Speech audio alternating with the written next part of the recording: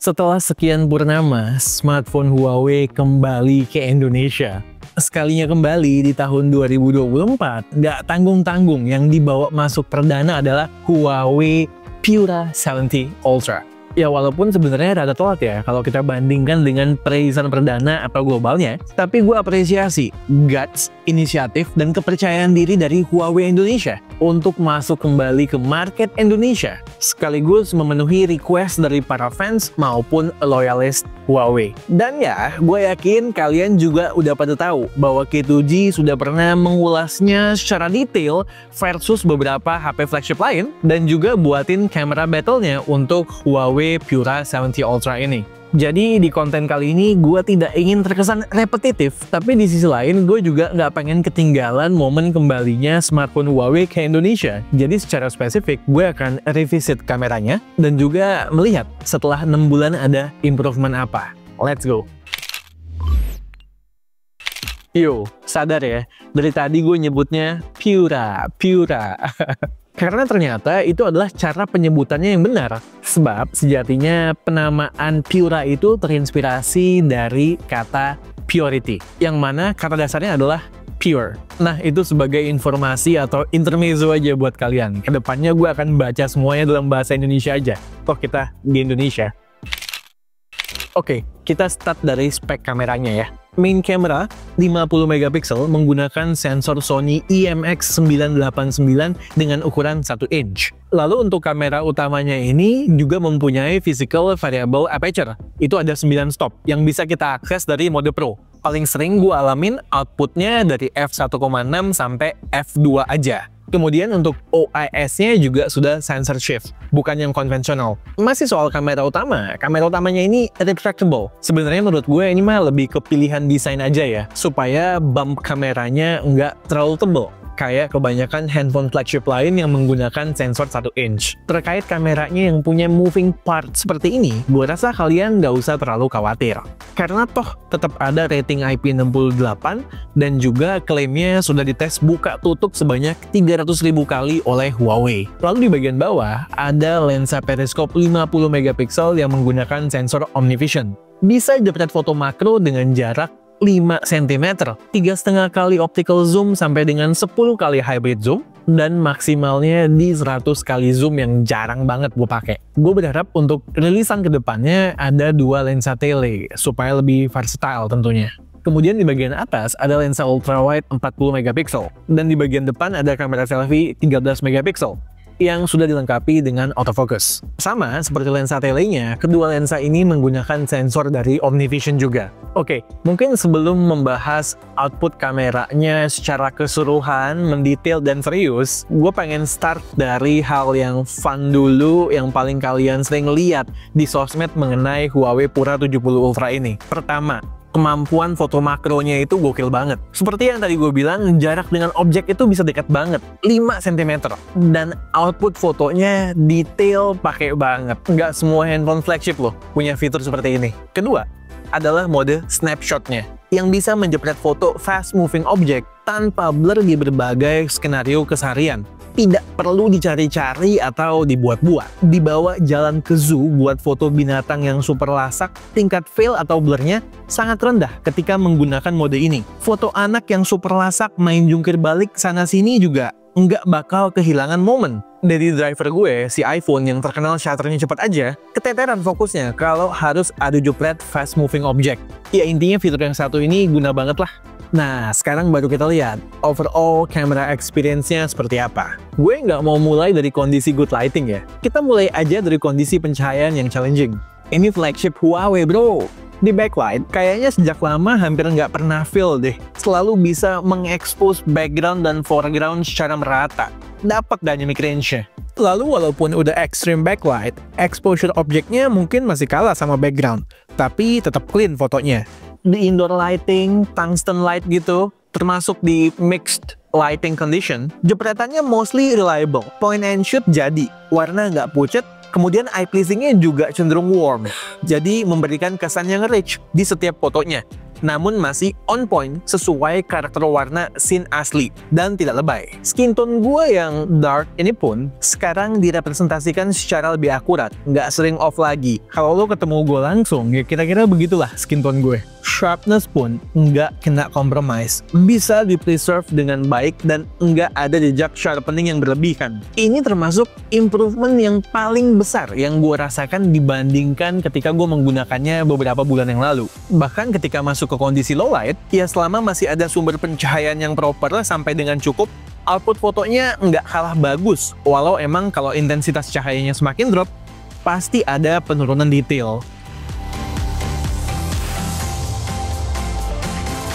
Nah, kalau udah drop banget cahayanya, barulah gunakan night mode. Membantu, walau sekarang udah nggak zamannya lagi ngetes kamera di Nikon gelap gulita. Kualitas gambarnya yang penting, bukan soal objeknya kelihatan atau tidak. Itu mah dulu. Perlu dicatat, kalau pakai night mode begini, saturasi dan sharpeningnya juga semakin meningkat drastis. Nyobain perekaman video main camera dari Huawei Pura 70 Ultra. Gue coba di 4K 30 fps ya, karena ini situasinya di malam hari. Selama masih ada sumber cahaya yang cukup di malam hari, videonya itu reliable banget, outputnya seperti yang kalian bisa lihat. Stabilisasi, ketajaman, dan exposure-nya masih on point. Masih bagus lah pokoknya. Stabil footage-nya, frame rate-nya konsisten, perekaman suara juga stand out dan clean. Seperti yang kalian bisa dengar, sound recording-nya pun clean tadi kan. Nah, semakin cahaya menurun lagi, baru deh detail semakin soft dan mulai jitter footage-nya. Getaran-getaran dan hentakan kaki berasa. Gue sih nggak gitu rekomen ya menggunakan videonya di Nikon yang low light banget. Meski memang sekarang shadow-nya nggak lebay lagi dan warna masih tetap terjaga. Artinya tetap ada nih improvement di kamera utama untuk soal perekaman video di kondisi low light. Mungkin kalau ada fitur ala-ala video boost-nya Pixel akan ngebantu lah buat ngambil video di Nikon seperti ini. Minimal buat backup. Kalau di Nikon Challenging aja output kamera utamanya bisa sebaik itu, di Nikon Good Light tidak usah diragukan lagi. Cuman emang belakangan cuaca kalau nggak hujan ya mendung ya. Jadi mungkin kurang panci aja beberapa fotonya. Exposure-nya pun sudah nggak sering over lagi ya kayak awal rilis. Nih, monggo dilihat beberapa foto maupun video yang udah gue ambil.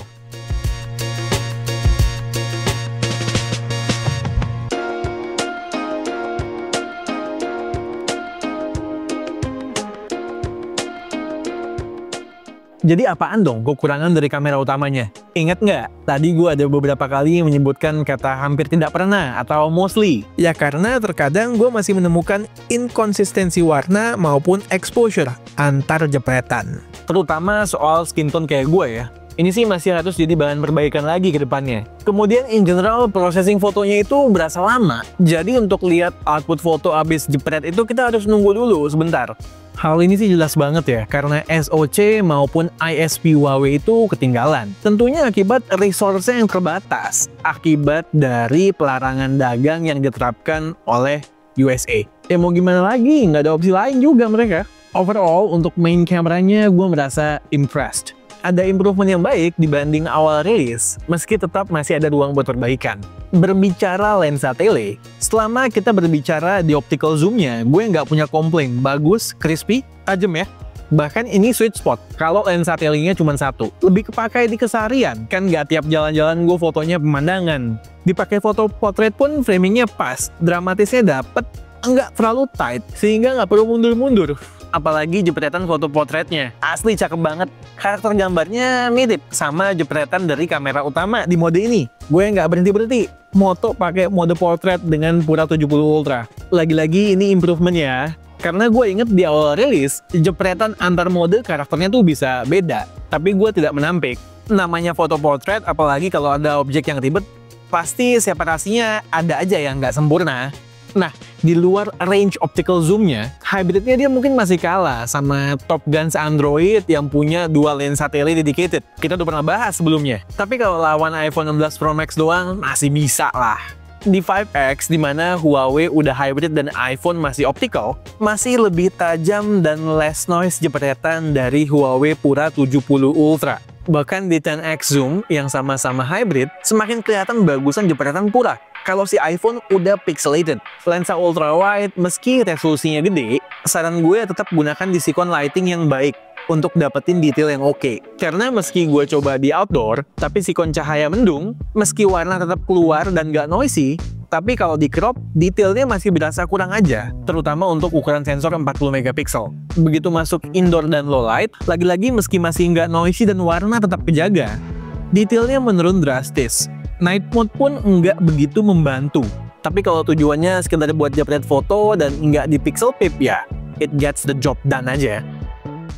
Kalau tadi kita berbicara mengenai perekaman video dari kamera utama yang overall termasuk reliable, beda ceritanya untuk perekaman video dari lensa lainnya ya, secara keseluruhan. Lensa ultrawide-nya minim detail, terlepas menggunakan sensor 40 megapiksel. Kualitas gambarnya overall juga kurang, beda banget sama kamera utamanya. Terus di lensa tele, masih ada micro shake gitu, meski gue sebenarnya steady aja. Lalu kalau di kondisi indoor, gue masih bisa notice objeknya kayak jitter gitu ya, atau kayak objeknya atau kontennya yang goyang. Tuh, boxnya kayak goyang-goyang begitu. Ini sering kejadian di 10x zoom. Kemudian proses switching antar lensanya juga berasa nggak smooth ya. Dan juga konsistensi warna antar lensa masih kurang. Sama halnya untuk perekaman video dari kamera selfie. Untuk output yang maksimal, sebaiknya gunakan di kondisi pencahayaan yang melimpah, yang proper. Kurang lebih seperti ini. Karena di luar kondisi pencahayaan yang maksimal, gue merasa sharpness-nya menurun drastis. Kemudian walaupun memang masih termasuk stabil, tapi jitter atau hentakan kakinya juga masih berasa di videonya. Kemudian di kondisi pencahayaan tertentu, gue merasa profile greenish yang sempat gue sebutin di video-video sebelumnya masih ada. Dan dynamic range-nya pun masih kurang ya. Guanya masih rada over dan juga di belakang awannya tuh udah keputihan, harusnya nggak kayak begitu putihnya, masih dapat lah birunya begitu. Padahal ini nggak backlight, nggak gimana-gimana, sedang-sedang aja. Positifnya bisa ngerekam di 4K 60 fps dan juga FOV-nya bisa lebar pakai banget. Jepretan kamera selfie dari Pura 70 Ultra ini paling pas buat cewek ya. Tone warnanya eye pleasing, cukup detail namun nggak berlebihan. Dan yang gue suka, FOV-nya lebar banget. Ditambah wajah gue juga jadi lebih enak dilihat karena eye pleasing-nya tadi. Sampai indoor lighting juga masih ngangkat detailnya. Tapi ketika mulai remang aja udah soft banget fotonya. Intinya soal lensa tele, ultrawide maupun selfie, experience-nya masih mirip-mirip dengan apa yang gue rasakan saat pertama kali menggunakan Huawei Pura 70 Ultra saat awal-awal rilis. Untuk output foto-fotonya termasuk reliable, namun yang masih memerlukan improvement lagi untuk lensa-lensa ini adalah terutama terkait videonya. Oke, Huawei Pura 70 Ultra. Itu semua adalah experience terkini gue menggunakan kameranya. Jelas ada beberapa perbaikan dibandingkan awal rilisnya, dan juga ada beberapa hal yang masih sama dan perlu diimprove. Yang striking buat gue adalah kemampuan kamera utamanya yang reliable di berbagai sikon.